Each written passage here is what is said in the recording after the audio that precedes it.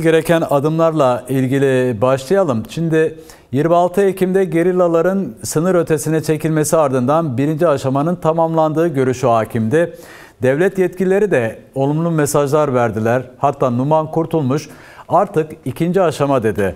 Rapor hazırlayacağız dedi ama bir türlü bir gelişmede şu anda kamuoyu göremedi böylesi bir gelişmeyi.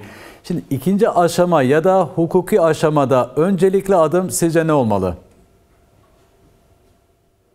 Yani biraz önce Pervin Başkan'ın konuşmasını, röportajını da yayınladınız. Şimdi birkaç şey yapılması gerekiyor. Bunların bir kısmı idari kararlarla gerçekleştirilebilecek şeyler. Yani herhangi bir yasal düzenleme gerektirmeden de atılabilecek adımlar var.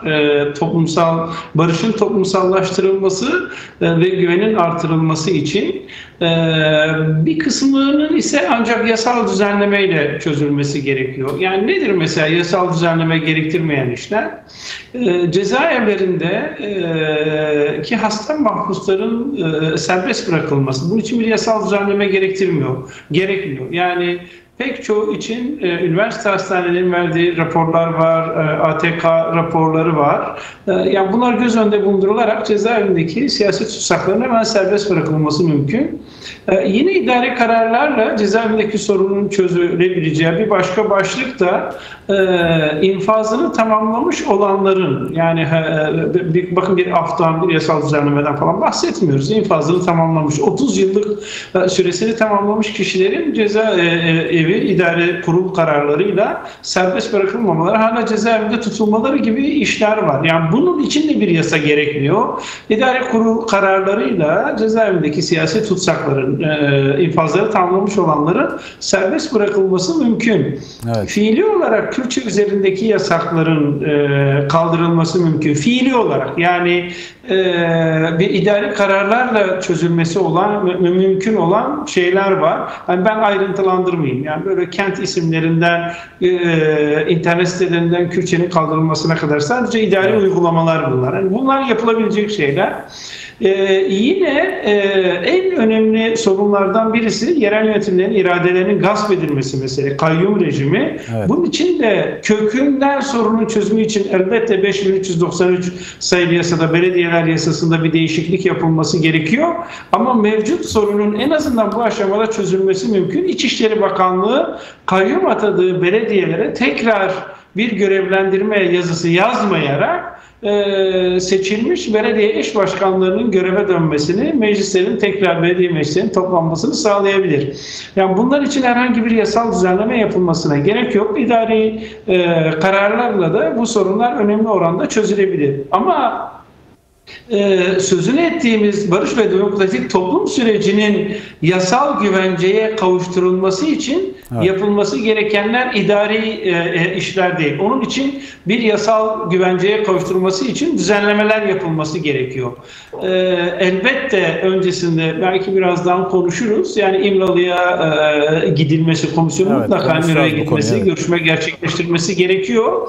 Bu gerçekleştirildikten sonra mecliste kurulan Milli Dayanışma, Kardeşlik ve Demokrasi Komisyonu'nun yasal düzenlemelerin altyapısını oluşturacak raporunu hazırlaması ve bu rapor doğrultusunda da parlamentonun ilgili komisyonlarının harekete geçmesi, yasa tekliflerinin hazırlanması ve parlamentoda yasaların geçirilmesi gerekiyor.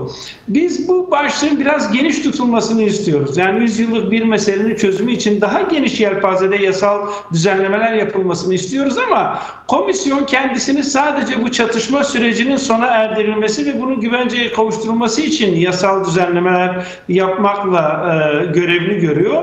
Bu bile olsa bir yasal düzenleme yapılması gerekiyor. Çünkü bir güvence şart. Sizin önerileriniz bu konuda nelerdir? Biz biraz daha geniş tutmak istiyoruz. Ben bunları paylaşacağım. Yani şimdi sorun şu. Yani biz tartışılan iki öneri var. Yani iki öneri paketi var aslında. Evet. Biz her iki öneri paketinin de mümkün olduğunu söylüyoruz. Her ikisine yönelik de hazırlıklarımız var. Birincisi şu. Özel bir yasa çıkarılarak silahlı mücadeleyi sona erdirmiş olan ve Türkiye'deki bütün silahlı güçlerini sınır ötesine çekmiş olan, hatta bir provokasyon olmaması için sınır hattındaki güçlerini de çekmiş olan, yani silahlı mücadeleyi tamamen bitirmiş olan PKK'nın üyeleriyle ilgili, yani bu silahlı gerilla olabilir, Evet. cezaevinde üye olmaktan veya propagandasını yapmaktan yargılanıyor olabilir veya ceza tehdidi nedeniyle yurt dışında olabilir veya Türkiye'de yargılaması devam ediyor olabilir. Evet. Bunların hukuksal durumu için bir düzenleme yapılması gerekir. Bu çok karmaşık bir düzenleme değil aslında. Yani bu Milli Güvenlik Kurulu kararı denilebilir, Cumhurbaşkanlığı kararı denilebilir veya Milli Dayanışma, Kardeşlik ve Demokrasi Komisyonu kararıyla denilebilir. Yani kendisini feshetmiş örgütün üyelerinin geleceğinin ne olacağına dair bir yasal düzenleme. Yani birkaç maddelik bir yasal düzenleme olabilir. Bu en azından bu sürecin kendisine, yani hani çatışmasızlık sürecinin güvence altına alınmasını sağlayabilir bu yasal düzenleme. Evet. Bu elbette tek başına bütün sorunları çözmez ama önemli oranda yargılama tehdidini ortadan kaldırabilir. Ama kalıcı biçimde bu sorunun çözülmesi için bizim önerimiz sadece bu yasayla yetinilmemesi, terörle mücadele yasasında değişiklikler yapılması, Türk Ceza Yasası'nda değişiklikler yapılması, evet, ceza infaz yasasında değişiklikler yapılarak infaz adaletsizliğine son verilmesi ve Kürt dilinin, Kürtçenin, Kürt kimliğinin anayasal güvenceye kavuşturulması için de adım atılması gerekiyor. Bu belki ondan sonraki aşama olabilir. Peki, şimdi siz de az önce belirtirken dediniz bu komisyonun da bir düzenlemesi olabilir dediniz. Şimdi komisyon zaten bunun için oluşturulmuştu.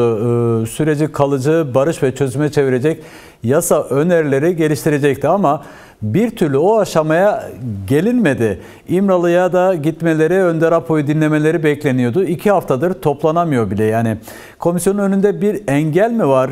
Ağır işlemiyor mu sizce?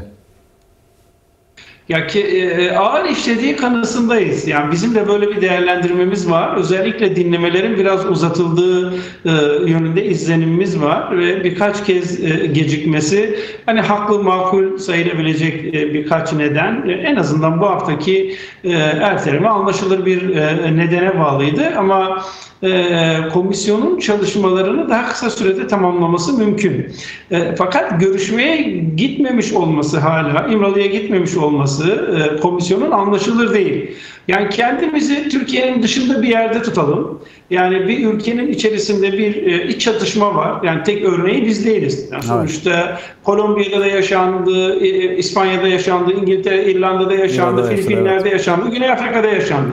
Yani bu örneklerin herhangi birisinde çatışmanın taraflarından birisi ile görüşmeme diye söz konusu olabilir mi? Yani böyle yürütülebileceğini düşünebiliyor muyuz? Mesela Güney Afrika'da Nelson Mandela ile görüşmeden bu sorunun çözülmesi mümkün olabilir miydi? Elbette olamazdı. Yani nasıl Nelson Mandela ile görüşülmeden sorun çözülemeyecekse, nasıl İran'ın yönetimiyle görüşmeden çözülemeyecekse,